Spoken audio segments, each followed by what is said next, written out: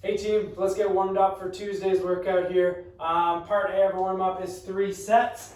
What we're gonna do is you're gonna grab a band and we're gonna do 10 pull aparts of the palm up, squeezing our shoulders back.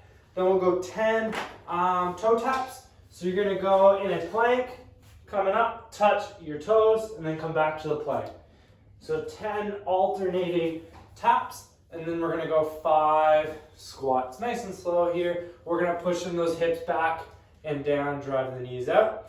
Then on mobility, we're gonna do 1 minute on each hip of a Spider-Man stretch with the rotation.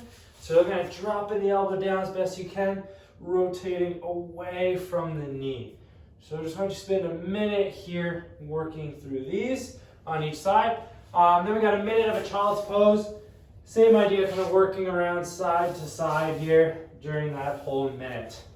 Part C of our warm-up is 3 sets, 3 tempo push-ups. So we got push-ups in that workout today, so whether we're going from the knees or the plank, I want you just spending 3 seconds on that way down in your push-up, pressing up, and then grabbing a light dumbbell, maybe even a soup can or something really light. I want you going 3 on each side of a light and slow dumbbell snatch. So from just standing upright, taking it slow, pressing up. So driving that elbow up, turning and punching.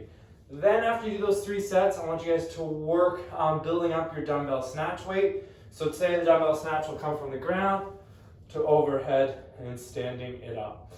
So that leads us into our workout. This is workout 1 from the local box fundraiser. So if you haven't signed up, sign up because you're doing the workout anyway. It is a 10-minute AMRAP of 10 air squats, squatting all the way down below parallel, standing up. 9 dumbbell snatch on your right arm. So you'll go all 9 on one. Then we got 10 push-ups, 9 dumbbell snatch with the left arm. So you'll work through that as many times as you can in the 10 minutes. Looking at hopefully between, let's say, 5 to 8 rounds here on this one. So choose a weight appropriately. If you don't have a dumbbell, if you have a kettlebell, that'll work as well. Or you can grab, like I put in the notes, a soup can. So you can use a soup can weight, an odd object weight, a water bottle, just something that we can get that dumbbell snatch motion in.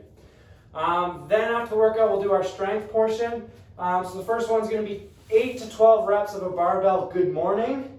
We're aiming at, let's say, around 50% of your 1 rep max squat here. That's a guide. Go by feel though, okay? So depending, especially if it's a new movement for you, see how it feels.